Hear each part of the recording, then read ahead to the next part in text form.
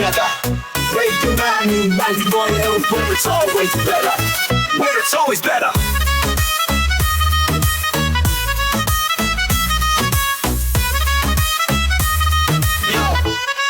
Yo, सुबह का सूरज या शाम का रंग, we bring you joy हर जुबान का धन।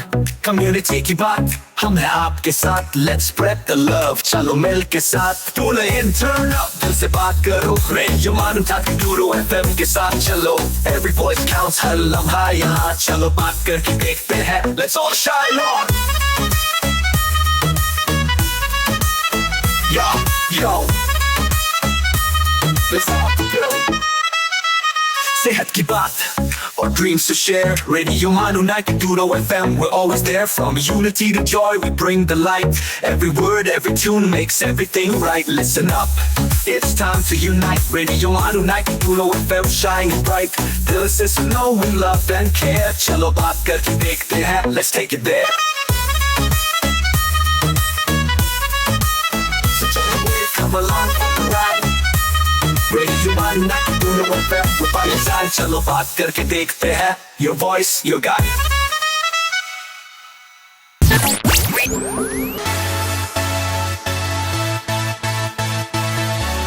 आप सुन रहे हैं रेडियो मानो 90.0 FM। चलो बात करके देखते हैं।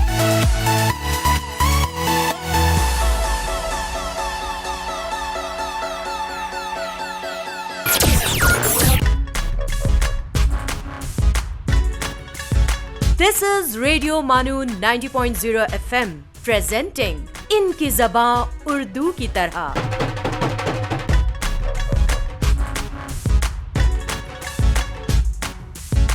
आदाब, मैं हूं डॉक्टर हशमत। इनकी ज़बां उर्दू की तरह के एक नए एपिसोड के साथ हम फिर हाजिर हैं। आज हमारे साथ मौजूद हैं डॉक्टर रिजवानुल हक साहब, जो NCERT में बरसर-ए-कार हैं। आज हम बात करेंगे फिल्म बैजू बावरा के बारे में। सर, प्रोग्राम में आपका बहुत खैर मक़दम है। शुक्रिया, आदाब। बैजू बावरा एक बहुत ही इंतहाई अहम फिल्म रही है हिंदुस्तानी सिनेमा की तारीख़ में। जी, ये फिल्म कब रिलीज़ हुई और तारीख़ में इसे इतनी अहमियत क्यों हासिल है? ये फिल्म 1952 में रिलीज़ हुई थी और मेरा ख़्याल है कि हिंदुस्तानी फ़िल्मों की तारीख़ में मौसीकी के लिहाज से इससे बेहतर फिल्म आज तक नहीं बनी। ये सही है कि फिल्मों के गाने बहुत मशहूर हुए हैं, अच्छे भी होते हैं, लेकिन मौसीकी के आला पैमानों पर अगर परखा जाए तो इससे बेहतर मौसीकी आज तक फिल्मों में नहीं आई। कई क्लासिकी और फिल्मी गायकों की आवाज़ों से सजी इसकी गायकी और नौशाद की धुनों पर पक्के रागों पर मबनी नगमे जिस तरह इस फिल्म में आए हैं, वो फिर दोबारा ना आ सके। इस फिल्म में क्लासिकी गायके कमाल में हैं ग्वालियर घराने के पंडित देवी पुलिस्कर और इंदौर घराने के उस्ताद अमीर खान ने, जबकि गीतों को गाया है मोहम्मद रफ़ी, लता मंगेशकर और शमशाद बेगम ने। तो ये इस तरह से बहुत सारी चीज़ें हैं इस फिल्म में। ख़ास तौर से मौसीकी के लिए ये हिंदुस्तान की सबसे यादगार फिल्म है। सर, हमें ये बताएं कि इस फिल्म के फिल्मसाज यानी डायरेक्टर कौन हैं और इसकी बुनियादी बातें क्या हैं? इस फिल्म के डायरेक्टर विजय भट्ट हैं, लेकिन जैसा कि हम जोगन पर बात करते हुए कह रहे थे कि इस फिल्म को केदार शर्मा की फिल्म के तौर पर देखना चाहिए, लेकिन इसमें बैजू बावरा को मैं कहूँगा कि इसको डायरेक्टर की फिल्म नहीं, हीरो हीरोइन की फिल्म के तौर पर, बल्कि जो इसके म्यूज़िक डायरेक्टर हैं नौशाद साहब, उनकी फिल्म के तौर पर अगर देखा जाए तब इस फिल्म को पूरी तरह से मज़े के साथ देख सकते हैं। और इसकी जो जमालियात है, इसकी खूबसूरती है, उसको तभी लुत्फ़अंदोज़ हो सकते हैं जबकि आप इसको नौशाद की फिल्म के तौर पर देखें। वैसे इस फिल्म में भी भरत भूषण ने अच्छा रोल अदा किया और मीना कुमारी जो हम आदी हैं कि बाद में बहुत मैच्योर सी लेडी दिखती थी, इसमें बहुत ही नौखेज नजर आ रहे हैं, बहुत खूबसूरत नजर आती है। इसकी कहानी रामचंद्र ठाकुर ने लिखी है, स्क्रीन प्ले RS चौधरी ने, और मकालमे लिखे थे जिया सरहदी ने। जबकि फिल्म के नगमे लिखे हैं शकील बायतायूनी ने। और इस खास बात यह है कि ये फिल्म 100 हफ्तों तक सिनेमा हॉल में चली, और हम जानते हैं कि 52 हफ्ते में 1 साल हो जाता है, तो तकरीबन 2 साल तक ये सिनेमा हॉल में चली थी। इस तरह से आप अंदाजा लगा सकते हैं कि इसने कितना कमाया होगा और कितनी कामयाब फिल्म थी। लेकिन फिर भी हम कहेंगे कि ये मजमूई तौर पर मौसीकी के लिए ही जानी जाती है। सर, हमें ये बताएं कि इस फिल्म की इब्तिदा कैसी होती है? इसमें क्या खास बात है? जी बिल्कुल, इस फिल्म की इब्तिदा जो है, फिल्म में दिखाया गया है कि आ, मौसीकी के उस्ताद और दुनिया के अजीम तरीन मौसीकी के बड़े नामों में तानसेन जो है नए नए राग बना रहे हैं। उनके राग से जो है इस फिल्म की शुरुआत होती है, और वो गा रहे हैं। जब वो उनकी गायकी खत्म होती है तो एक हरकारा जाता है और जो ऐलान करता है कि जहाँ मियां तानसेन गा रहे हैं उसके तकरीबन 1-1.5 किलोमीटर तक, मील भर तक करीब, कोई आस पास में दूसरा नहीं गा सकता है, जिससे तानसेन को जो वो नए नए राग बना रहे हैं उसमें खलल पड़ता है। तो इस ऐलान के साथ शुरू होती है। एक उसके दूरी में ही, मतलब 1 मील से कम ही दूरी में एक होते हैं उस्ताद हसीट खां, वो गा रहे होते हैं। तो उनको जो है बादशाह अकबर के दरबारी थे, उनके नौरत्न थे तानसेन। तो बादशाह अकबर का एक हुक्म जाता है कि आप यहाँ पर नहीं गा सकते हैं, क्योंकि मियां तानसेन के गायकी में खलल पड़ता है। तो वो घसीट खां कहते हैं कि नहीं, आ, मौसीकी पर तो सबका हक है, हम भी गा सकते हैं, लेकिन उनको जबरन रोक दिया जाता है। अभी वो रोक ही रहे होते हैं कि एक जत्था आता है, और वो जो है जत्था जो है रोक देता है। उस पूरा बादशाह के जो लोग होते हैं वो रोक देते हैं। तो उसका जो एक सरदार होता है, जत्था जो एक मजहबी है, वो भजन गाते हुए जा रहे होते हैं। तो वो लोग कहते हैं कि नहीं, आप हमें गायकी को नहीं रोक सकते, और फिर हम तो भजन गा रहे हैं, भजन कैसे कोई रोक सकता है? तो कहते हैं नहीं, तानसेन के गायकी पर खलल पड़ता है। तो वो कहता है कि नहीं, मौसीकी पर तो सबका बराबर का है, कि इस तरह से हुक्म नहीं लगा सकती है। तो ये बातें होती हैं, और उसमें वो फिर जबरदस्ती रोकने की कोशिश करते हैं, और धक्का मुक्की होने लगती है। धक्का मुक्की में ही जो बादशाह के हरकारे होते हैं वो एक आदमी को धक्का दे देते हैं, और पास में ही तलवार पड़ी होती है, उस पर जाके सर के बल वो गिरते हैं, और वो वहीं पर उनका इंतकाल हो जाता है। साथ में वो जो करतार होते हैं जत्था के साथ, उनका एक बेटा होता है, वो तकरीबन 8-9 साल का होता है। वो परेशान हो जाता है, बाकी लोग भी, काफी हंगामा भी होता है। मरने से पहले वो कहता है कि बेटा, तुम मेरी मौत का बदला लेना। तो ये बात जो है उसके जहन में, 8-9 साल का बच्चा है, वो जहन में बस जाती है, और यहीं से कॉन्फ्लिक्ट शुरू हो जाता है। फिल्म में तजाद होते हैं और तसादुम शुरू हो जाता है कि मौसीकी पर सिर्फ बादशाह का या उनके खास जो नौरत्न है तानसेन का इख्तियार है, या हर किसी का है। ये जो है तसादुम शुरू हो जाता है। एक खास बात जो मैंने इस में महसूस की, जब वो जत्था आ रहा होता है तो उससे उसका जो मौसीकी है और जो एक तसातुम होता है, जो हम आज़ादी के बाद के हालात थे, उसके पहले एक जो हम लोग गुलाम थे तो हमारा इख्तियार नहीं था, अवाम को उस तरह से इख्तियार भी थे। तो अवाम के फ़न और जो आला फ़न के जो क्लासिक हैं उनका तसादुम भी शुरू हो जाता है।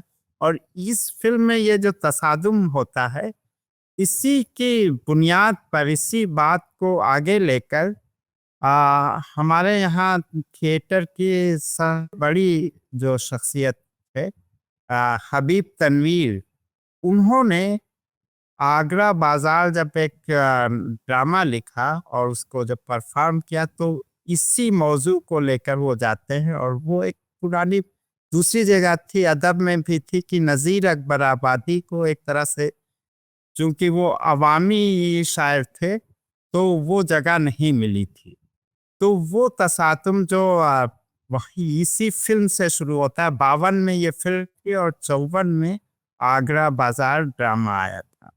तो वहाँ इस फिल्म के ये जो शुरुआत है, यहीं से एक बुनियाद मिलती है। और आगरा बाजार जैसा दुनिया के अजीम ड्रामों में से उसका शुमार होता है, वो भी यहीं से जन्म लेता है, हम कह सकते हैं एक तरह से।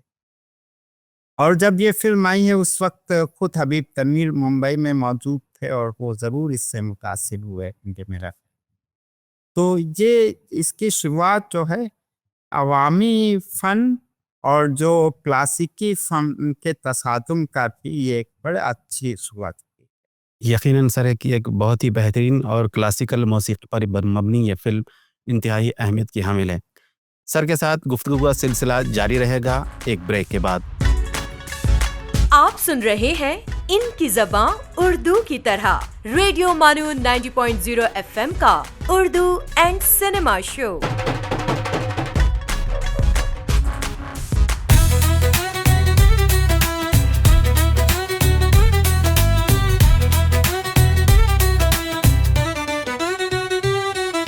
You are listening to Radio Manu 90.0 FM, a community radio station. So join the wave, come along for the ride. Radio Manu 90.0 FM, we're by your side. चलो बात करके देखते हैं. Your voice, your guide.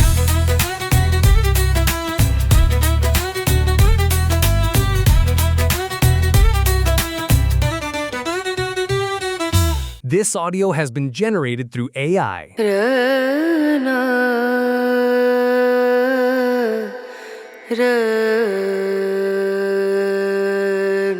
ये है radio MANUU 90.0 FM। आइए अब सुनते हैं द माइंडफुल मिनट।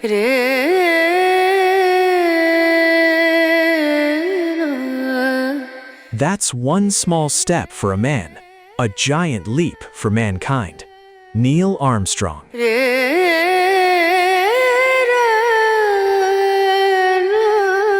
खुद वो बदलाव बनिए जो आप दुनिया में देखना चाहते हैं। Gandhi.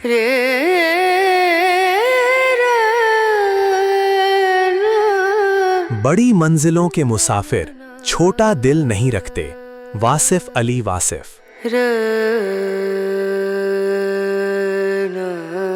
This is Radio Manu 90.0 FM. You were listening to the Mindful Minute.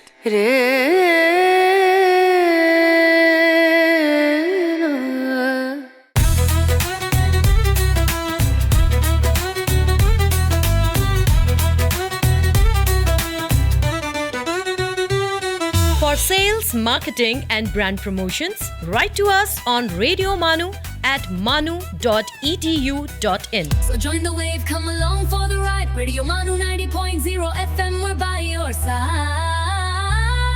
चलो बात करके देखते हैं. Your voice, your guide.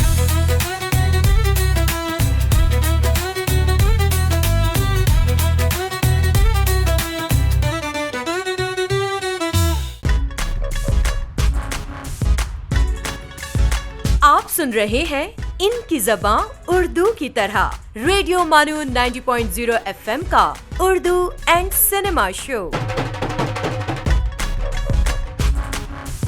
Break के बाद आपका एक बार फिर खैर मकदम है डॉक्टर रिजवानुल हक साहब एक क्लासिकल म्यूज़िक पर मबनी फिल्म बैजू बावरा पर इजहार ख्याल फरमा रहे हैं। सर, हम ये जानना चाहेंगे कि फ़िल्म की बुनियादी कहानी क्या है? तो जैसा कि हमने शुरू में अर्ज़ किया कि पहले ही सीन में वो जो बच्चा होता है जिसके बाप का कत्ल हो जाता है उसकी नज़रों के सामने, वो बच्चा ही बाद में बैजू बनता है और पूरी फिल्म बैजू बावरा जो है इसी पर बुनियाद पर है। तो उसके वो वहाँ से चला जाता है, उसकी परवरिश होती है, वो मौसीकी की तरफ राग़िब होता है, लेकिन पाप के बदले की जो उसके अंदर ज़हन जिस्म में बैठ गई थे ज़हन में, तो वो बात निकलती नहीं है। तो इस तरह से पूरी फिल्म यहीं से शुरुआत होती है। फिर वो एक जगह जाता है और एक बार वो नदी में जाता है और वहाँ तैर नहीं पाता है, एक लड़की बचाती है। तो वो लड़की जो है गौरी होती है, मीना कुमारी बाद में बनती है। तो उन दोनों से मोहब्बत हो जाती है और गाँव में रहकर ही वो मौसीकी सीखने लगता है। फिर गाँव में एक जब ये लोग बड़े हो और इनके जो दोस्ती है बड़ी मशहूर हो जाती है, अक्सर जो है ये गाता रहता है और लोग जो है आते हैं, सुनते हैं, बड़ी तारीफ़ें करते हैं। एक जब ये बड़ी हो जाती है तो गांव में ही एक होता है शख्स जिसकी नज़र गौरी पर होती है, जबकि ये दोनों आपस में एक दूसरे से इश्क करते हैं। तो वो इससे शादी करना चाहता है, लेकिन इसके एक जो उस्ताद होते हैं बैजू के, वो कहते हैं नहीं, अगर गौरी जो है मौसीकी है, अगर कवैया है बैजू तो गौरी मौसीकी है।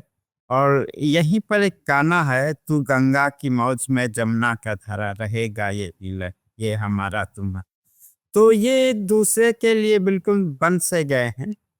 फिर होता यह है कि उसकी नज़र है वो शादी करना चाहता है दूसरा जो जमींदार है गांव का, गौरी से, लेकिन ये दोनों एक दूसरे के लिए कमिटेड होते हैं। फिर एक बार एक डकैत आते हैं, उनकी जो सरदार है वो एक औरत होती है, उसका दिल भी बैजू पर आ जाता है क्योंकि ये एक इंसानियत की बात करता है। वो उसको पकड़ ले जाती है इस शर्त पर वो गांव वालों को छोड़ती, वो सबको मारने वाली होती है कि अगर बैजू को दे दो तो हम गांव को बख्श देंगे। तो बैजू खुद ही कहता है कि आप गांव को बख्श दीजिए, आप मेरे साथ जो करना चाहें करिए, लेकिन तो इस तरह से ले जाती है। फिर ये इस तरह से चलते चलते बात ये होती है कि एक जो उस्ताद एक थे गांव के, हाँ, जो किले के पास ही रहते होते हैं, उनको पकड़ लिया जाता है और वो उनकी नज़र जो है इस पर पड़ती है और वो कहता है कि ये मेरा शागिर्द है और ये बहुत अच्छा गाता है। और फिर कई कश्मकश हैं, एक वो डकैत की, और इनको पकड़ ले जाते हैं, फिर किले में बंद कर दिया जाता है। फिर कैसे वो डकैत जो है छुड़ा के ले जाती है घसीट खान और बैजू को। फिर ये घसीट खान जो है गाने के लिए जो है ले जाता है और ये पहुंच जाता है स्वामी हरिदास के पास। हरिदास जो हैं स्वामी अपने ज़माने के मौसीकी के सबसे बड़े उस्ताद थे और तानसेन के भी उस्ताद वही थे। तो पहले तो जब स्वामी हरिदास के पास पहुंचता है बैजू, तो वो मना करते हैं कि किसी दिखाने के इस तरह से, लेकिन वो जो है एक मूर्ति बना लेता है स्वामी हरिदास के और वहाँ से जो है वो मूर्ति से सीखने लगता है। फिर एक दिन जो है वो गाना गा रहा होता है और हरिदास बहुत बुजुर्ग हो गए हैं, बूढ़े हो गए हैं, और उसकी आवाज़ में ऐसी कशिश है कि हरिदास के जिस्म में ताकत आ जाती है, वो चलने फिरने लगते हैं और उसको जो है ये अपना शागिर्द मान लेते हैं स्वामी हरिदास। और इस तरह से वो फिर बहुत सारे चीज़ें सीख लेता है और मौसीकी में बहुत बाकमाल हो जाता है। और आखिर में हसीब खान जो थे, जो खुद से साख्ता बैजू के उस्ताद बन गए थे, तो वो ले जाते हैं और वहाँ पर इस पीस से गवाते हैं। तो आखिरकार इनको पकड़ता है कि अब या तो आप तानसेन से मुकाबला करिए, उनको हरा दीजिए, तो तानसेन को अपनी जान गंवानी पड़ेगी, और या फिर आप अगर हार गए तो आपकी जान ले ली जाएगी। और अकबर बादशाह खुद जो है उस मुकाबले में रहते हैं बतौर जज। तो मुकाबला होता है, तो पहले तो मुकाबला होता है तानसेन और बैजू बावरा को। तो तानसेन जो है अपने आवाज की कशिश से हिरन को जंगल से बुला लाते हैं और वो आ जाते हैं। जब पहुंच जाते हैं तो वो बजाय दोनों गा रहे होते, तानसेन के बजाय वो चला जाता है बैजू के पास। तो एक तरह से दोनों जीत जाते हैं और अकबर कहते हैं कि मुकाबला अभी भी फाइनल नहीं हुआ है, नतीजे पर नहीं पहुंचा है। और कमाल तो यह है कि जब कोई पत्थर पिघल जाए तब हम सब समझेंगे कि मौसीकी में वो ताकत है, वो कुव्वत है। तो उसके बाद फिर गाना शुरू करते हैं दोनों लोग, और आखिरकार बैजू बावरा की गायकी से जो है वो पत्थर पिघल जाता है इस तरह से ये, और बैजू जीत जाता है, तानसेन हार जाते हैं। तो तानसेन को जाहिर है अकबर बहुत अजीज रखते थे, तो वो चाहते नहीं है कि तानसेन को अब दी जाए। ले तो खुद बैजू बावरा कहता है कि संगीत में जो है किसी की हार और जीत से बड़ी बात ये है कि मौसीकी जीत जाए, और तानसेन के बगैर मौसीकी नहीं जीत सकती। इसलिए बादशाह से गुजारिश है कि तानसेन की जिंदगी जो बख्श दी जाए। तो एक तरह से जहां अभी तक उसके हमेशा ये चल रहा था कि उसके कॉन्फ्लिक्ट चल रहा था कि बदला लेना है या मौसीकी में आगे जाना है। और ये बात हमेशा थी कि मौसीकी जो है बदले की आग के साथ नहीं आ सकती है। तो यहीं पर वो जब वो बदले की आग उसके अंदर से निकल जाती है तब वो तानसेन को हरा पाता है। तो ये तो हो गई बुनियादी कहानी इस फिल्म की, जो जिसमें पूरे तौर पर मौसीकी के आसपास और बदले की और मौसीकी की अफसलियत पर बात है, इश्क की बात है। तो ये इस तरह की कई चीज़ें हैं, और फिल्म में आखिर में जब ये जीत जाता है तो ये जाता है मिलने, और फिर वही गाना होता है तू गंगा की मौज, क्योंकि उस वक्त इसकी शादी होने वाली होती है गौरी की, गांव के जो जमींदार थे। और ये उस वक्त बारिश का मौसम होता है, जमुना में बहुत पानी आया हुआ होता है, और लेकिन ये बैजू जो है रुकने को तैयार नहीं होता है। तो ये कूद पड़ता है उधर, गौरी इधर इसकी आवाज़ सुन के दौड़ती हुई आती है और वो भी इसको बचाने के लिए कूद पड़ती है। और दोनों के दरमियान एक जो ओ जी ओ गाता है, तू गंगा की मौज का जो आलाप है, उसी से दोनों की आवाज़ कितनी भी दूर होते हैं पहुंच जाती है। तो ये बड़ी आखिर में जो है दोनों जमुना में ही डूब के मर जाते हैं। ये कहानी इस तरह से अख्ताम पर पहुंचती है। बिल्कुल सर, ये हालांकि ये बहुत ही मौसीक़ी-रेज़ इसके नगमे जो हैं, इसकी म्यूज़िक जो है बहुत ही लाजवाब है। क्या हम ये कह सकते हैं कि ये क्लासिकी मौसीकी से इसका ख़ास रिश्ता है इस फ़िल्म का? हाँ, इसका ख़ास रिश्ता इस क्लासिकी मौसीकी से है, कई तरह से है। एक तो इसमें तकरीबन 12-13 गाने हैं, जिसमें से कुछ को आप गाने से कह सकते हैं, कुछ पक्के राग भी हैं। सरगम हैं, घन घन घन रे, इस तरह के कई राग, मेघ है, और कई राग हैं। सब पूरी फिल्म में 13 के 13 गाने जो हैं इसमें जो है किसी ना किसी राग पर है। जैसे तू गंगा की मौज में जमुना की धारा राग भैरवी पर मबनी है।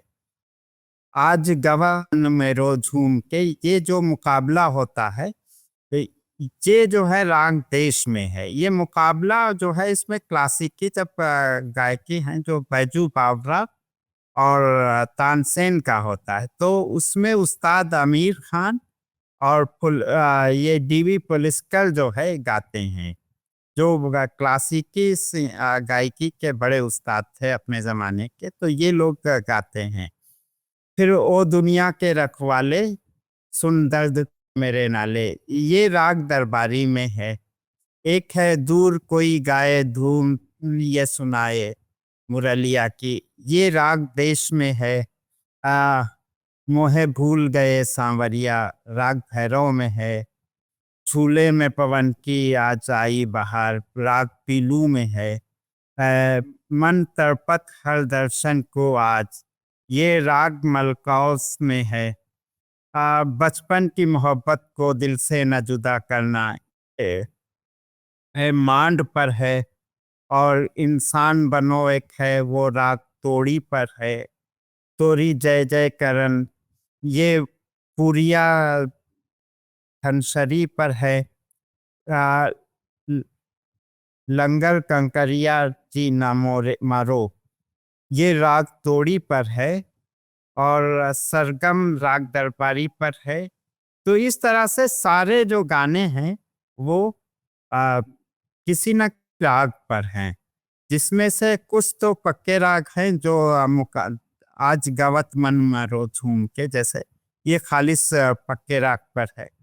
इसके अलावा जो उस्ताद पुलिस्कर और आमिर खान ने बहुत, जाहिर है ये लोग फिल्मों में गाते नहीं थे, लेकिन ऐसी ख्याल थी कि इन लोगों ने कहा ठीक है हम गाएंगे। जैसे मुगले आजम का एक बड़ा मशहूर वाकया है कि बड़े गुलाम अली खां से गवाने के लोग इल्तिजा करते हैं, के आसिफ जो मुगले आजम के डायरेक्टर थे, तो मना कर देते हैं बड़े गुलाम अली के, हम तो फिल्मों के लिए नहीं गाते हैं। तो के आसिफ बोलते हैं कि वो तो ठीक है, लेकिन आप सोचिए कि फिल्म में दिखाया गया है कि तानसेन गा रहे हैं, और तानसेन के नाम पर कोई भी उल्टा सीधा गाएगा तो आपको कैसा लगेगा? तानसेन की बेइज्जती होगी।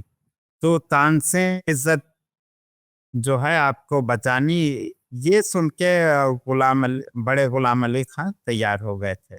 तो ऐसे इसमें पुलिस्कर और उस्ताद आमिर खान, तानसेन और बैजू का मुकाबला जब होता है, या एक जगह जब शुरू में तानसेन गा रहे होते हैं, तो उस्ताद आमिर खान तैयार होते हैं कि ठीक है हम गाएंगे। तानसेन को गाते हुए दिखाया गया। तो ये सब है। दो गानों का मैं इसमें खास तौर से जिक्र करना चाहूँगा। एक गाना है इसमें, वो भजन है, मन तड़पत हरिदर्शन को आज।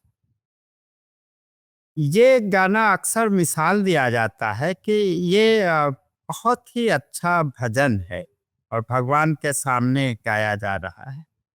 तो ये गाना जब गा रहे हैं तो उसके जो लिखने वाले हैं शकील बदायूनी हैं, मौसीकी बनाई है नौशाद ने, और गाया है मोहम्मद रफ़ी ने।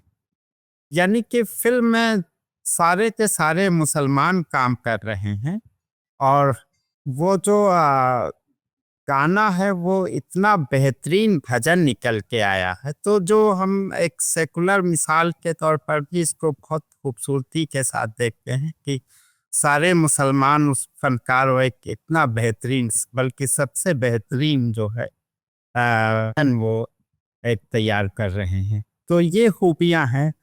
एक गाना है ओ दुनिया के रखवाले, इस गाने के बारे में ख़ास तौर से मैं बात करना चाहूँगा कि ये गाना मेरा भी ख्याल है और बहुत सारे लोगों का ख्याल है कि हिंदुस्तान की जो भी मौसीकी हुई है और गायकी जो हुई है फिल्मों में, इससे अच्छा आज तक किसी ने गाया नहीं। ख़ास तौर से इसमें जो रफ़ी ताल सप्तक तक पर ले जाने के बाद उसमें जो लहरें पैदा कर रहे हैं बिल्कुल एक्सट्रीम पर, और वहाँ पर लोग पहुँच नहीं पाते हैं, और वहाँ पर जिस तरह से आवाज़ को लहरें ये दे रहे हैं मोहम्मद रफ़ी, ये गायकी की इंतहा है। फिल्मी दुनिया में तो किसी ने ऐसा कमाल नहीं किया है, और मशहूर है, कुछ कितनी हकीकत है लेकिन बताते हैं लोग कि जब ये गाया था तो रफ़ी के मुंह से खून निकल आया था। यानी ये गाते ऐसे लेवल पर वो पहुंच गए थे रफ़ी कि मुंह से खून आया। मशहूर था, उन लोगों की ज़िंदगी में भी ये वाक़या मशहूर था कि खून निकला। उन्होंने मना नहीं किया, तो हम मान के चलते हैं कि ये सच्चा वाक़या रहा होगा। तो ये दो गाने ख़ास तौर से हम देखते हैं कि किस तरह से, और लेकिन मकबूल गाने भी बहुत रहे हैं, जैसे बचपन की मोहब्बत को दिल से न जुदा करना, लता मंगेशकर ने बड़े खूबसूरती से गाया है। और आज भी मतलब मुझे लगता है कि जब भी इंसान मोहब्बत करता है और किसी को देखता है एक ज़माने के बाद, तो ये गाना अपने आप में फितरी तौर पर याद आ जाता है। तो इस फिल्म की मौसीकी, ओवरऑल फिल्म जो है मौसीकी के लिए गानी जाती है, और ख़ास तौर से जो ओ दुनिया के रखवाले अपनी गायकी के लिहाज से मुझे लगता है कि इंतहा को बिल्कुल एक्सट्रीम पर पहुंच गए हैं। तार सब तक ठहरना मुश्किल होता है, और तार सब तक पर पहुंच के जिस तरह से वो लहरें ले रहे हैं मोहम्मद रफ़ी, वो बस सुनते बनता है, कमाल है। मैं समझता हूँ कि फिल्म में मौसीकी के लिहाज से इससे बड़ी और क्या बात हो सकती है। क्लासिकी मौसीकी से पूरे तौर पर इसका रिश्ता जुड़ा हुआ। न सिर्फ मौसीकी के लिहाज से बल्कि कौमी यकजहती के लिहाज से भी एक फिल्म बहुत ही अहमियत की हामिल है। सर से गुफ्तगू का सिलसिला जारी रहेगा, यहाँ लेते हैं एक वक्फा।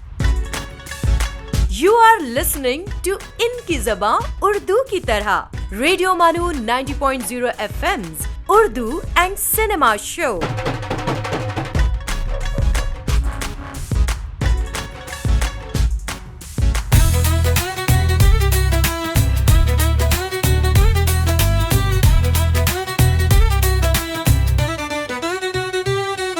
आप सुन रहे हैं रेडियो मानो 90.0 FM, एक community radio station. So join the wave, come along for the ride. Radio Manu 90.0 FM, we're by your side. चलो बात करके देखते हैं. Your voice, your guide.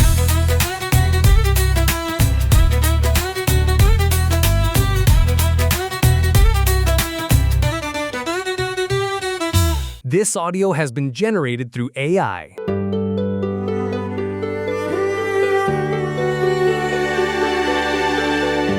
Let's listen to अर्ज किया है। आदाब दोस्तों, आप सुन रहे हैं अर्ज किया है रेडियो मानू 90.0 FM पर। आइए आज मुलाकात करते हैं उर्दू अदब के अजीम मरसिया निगार मिर्ज़ा सलामत अली दबीर से। मिर्ज़ा सलामत अली दबीर का जन्म 1803 में दिल्ली में हुआ, लेकिन उनकी अदबी जिंदगी का ज्यादा हिस्सा लखनऊ में गुजरा। उर्दू अदब में उनका नाम मरसिया निगारी के सबसे बुलंद सुतून में शुमार किया जाता है। उन्होंने करबला के वाक़यात, हज़रत इमाम हुसैन और उनके रफ़ीकों की कुर्बानियों को अपने कलाम में निहायत पुरअसर और दिलसोज अंदाज में पेश किया। दबीर साहब की शायरी की खास बात उनकी फसाहत व बलागत, ज़बान की दिलकशी और मंजर निगारी है। उनके मरसियों में जज्बात की गहराई, फ़िक्र की बुलंदी और अल्फाज की दिलकशी एक साथ नजर आती है। उर्दू मरसिये को अदबी उरूज तक पहुंचाने में उनका खिदमात बेमिसाल मानी जाती हैं। आइए उनके कलाम का एक रंग महसूस करते हैं। किस शेर की आमद है कि रंग कांप रहा है, रुस्तम का जिगर ज़ेरे कफन कांप रहा है। और एक और मकबूल शेर, दिल साफ हो किस तरह की इंसाफ नहीं है, इंसाफ हो किस तरह की दिल साफ नहीं है। और मरसिया निगारी के उसी रूहानी और जज्बाती लहजे की याद दिलाता हुआ एक और मिसरा, करबला इंसान को सब्र, वफा और कुर्बानी का दर्स देती है। दबीर साहब की मरसिये सिर्फ अदब का हिस्सा नहीं, बल्कि इंसानी कद्र कीमत, हिम्मत और सच्चाई का पैगाम भी हैं। इसीलिए उनका नाम उर्दू अदब की तारीख में आज भी बड़े एहतराम के साथ लिया जाता है। इसी के साथ दीजिए इजाजत, फिर मुलाकात होगी एक और अजीम अदबी शख्सियत के साथ। आप सुन रही थी अर्ज किया है सिर्फ रेडियो मानो 90.0 एफएम पर। खुदा हाफिज।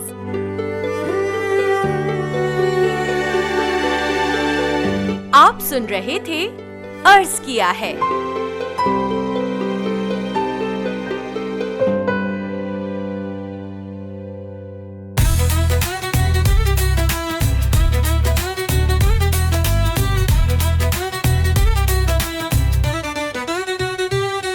सेल्स, मार्केटिंग और ब्रांड प्रमोशंस के लिए हमसे राब्ता करें radiomanu@manu.edu.in पर। So join the wave, come along for the ride. Radio Manu 90.0 FM, we're by your side. चलो बात करके देखते हैं। Your voice, your guide.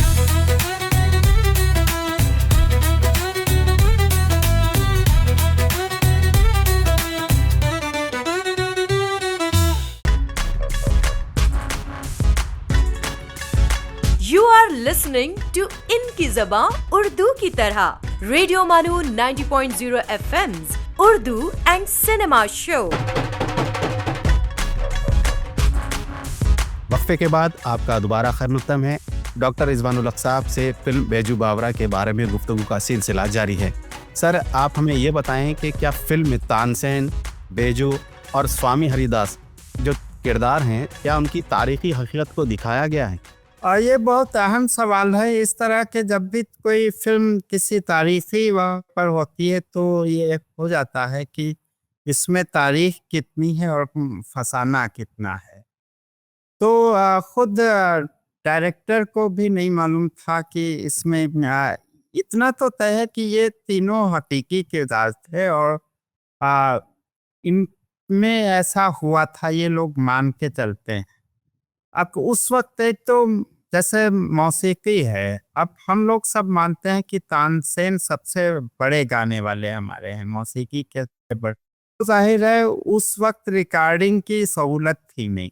Recording का काम अभी तकरीबन हिंदुस्तान में शायद 1902-3 के आसपास शुरू हुई है, यानी अभी 120 साल हुए हैं तकरीबन जब से है। तो उसके पहले के जितने भी सिंगर थे, गायक थे, तो उनकी गायकी कैसी थी बस एक तसव्वुर हो सकता है। अब आज के हालात में हम से मुकाबला नहीं कर सकते हैं और सही उस कदर कीमत भी नहीं जान सकते हैं, क्योंकि अब उसकी आवाज़ है नहीं, उसका फ़न ही दुनिया से मिट गया, तो हम क्या, बस किताबों में है।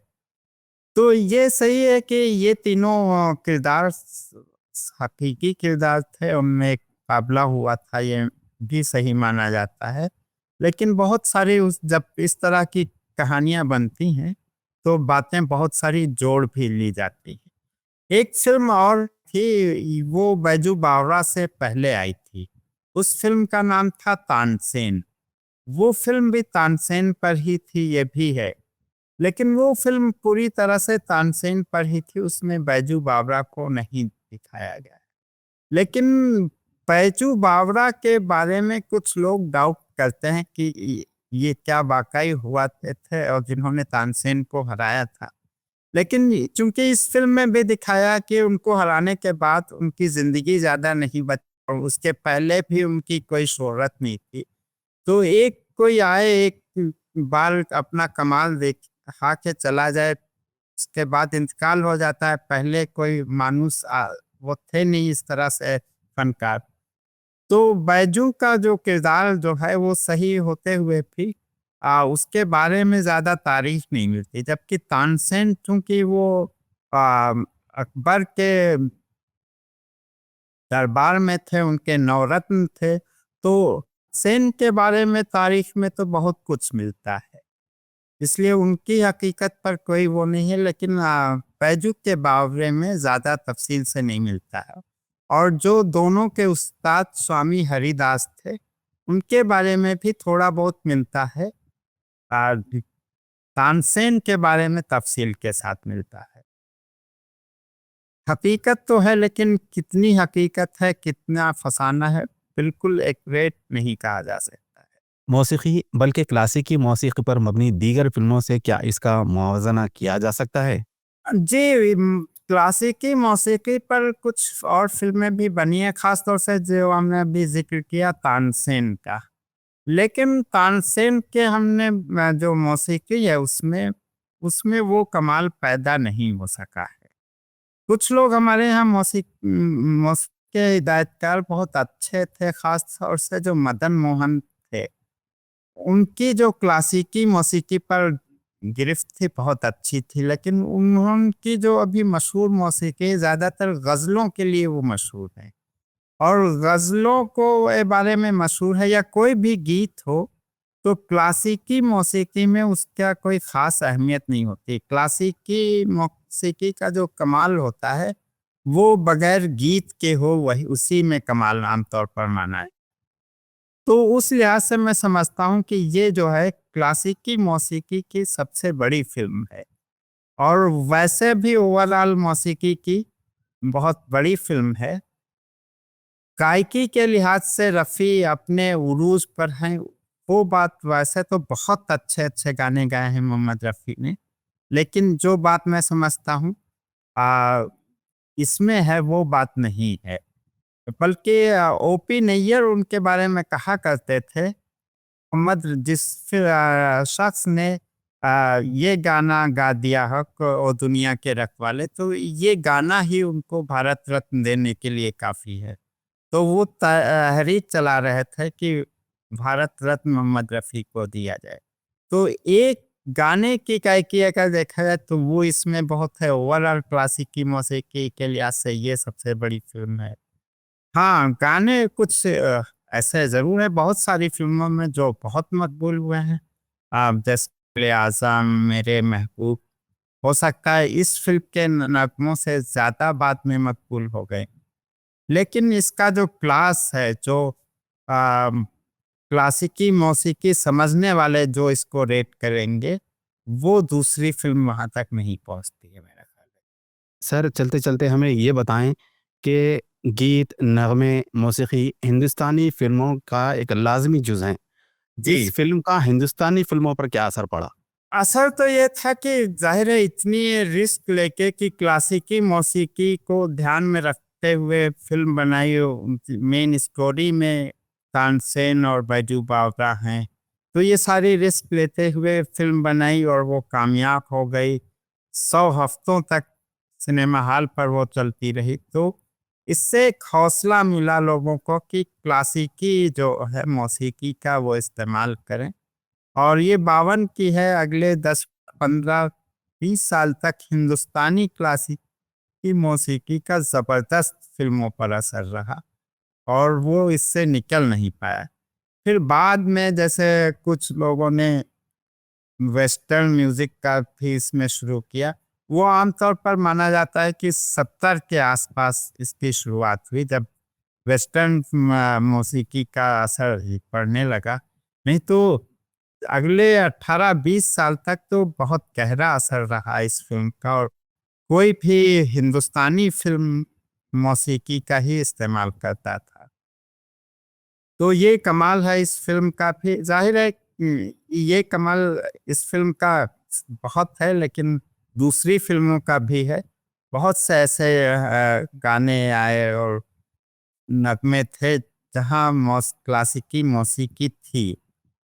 रागों पर मबनी बहुत सारे हज़ारों गाने बनाए गए हैं। इस फिल्म का हर गाना राग पर, दूसरी फिल्मों में भी हज़ारों गाने रागों पर मबनी, जो क्लासिकी मौसीकी से जिसका रिश्ता होता है। क्लासिकी मौसीकी और जो हम ये फिल्मी मौसीकी की बात करते हैं, तो क्लासिकी मौसीकी के अपने उसूल होते हैं।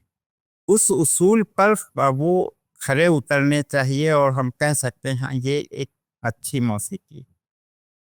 जो फिल्मी मौसीकी है उसका एक ही उसूल होता है कि कैसे ज़्यादा मकबूल हो जाए, उसमें क्या खूबी है, खामी है, वो कैसे, वो चाहे वल्गर गंदे गाने लिखे हों, उनका ये कंसर्न नहीं होता। उनका ये कि मकबूल हो, बिके और पैसा कमाए।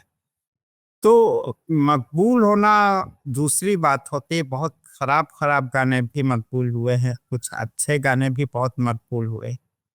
तो उन सब की अपनी अहमियत होती है, लेकिन क्लासिकी जो उसूल पर ज़वाबित पर अगर कोई उतरते हुए भी हो जाए, उसकी अहमियत ज़्यादा हो जाती है।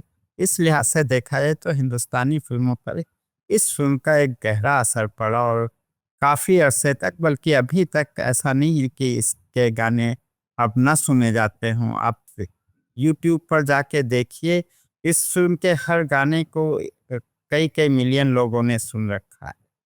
तो इसका कमाल और इसका जादू अब तकरीबन 75 साल होने वाले हैं। कुछ कम 2-3 साल में 75 हो जाएंगे। तो भी अभी भी इसका जादू कम नहीं पड़ा है और मैं बड़ी खुशी है कि ऐसी शानदार क्लासिकी मौसीकी और फिल्मी मौसीकी के साथ लेके एक फिल्म बनाई गई और कामयाब भी रही। तो मुझे बड़ी खुशी है इस बात की। सर, आपका बेहद शुक्रिया इस तारीखी फिल्म के बारे में मुख्तलिफ हक़ाइक़ से पर्दा उठाने के लिए। शुक्रिया, आदाब। दोस्तों, ये थे डॉक्टर रिजवानुल हक साहब, जो हमें फिल्म बेजू बावरा के बारे में अपनी बेशकीमती मालूमात फराहम कर रहे थे। इनकी ज़बान उर्दू की तरह के आज की खुसूसी नशिस्त में आज फ़िलहाल इतना ही। आइंदा एपिसोड में एक नई फिल्म और एक नए मेहमान के साथ हम फिर हाजिर होंगे। तब तक के लिए इजाज़त दीजिए। आदाब। आप सुन रहे थे इनकी ज़बान उर्दू की तरह रेडियो मानो 90.0 FM पर। चलो बात करके देखते हैं।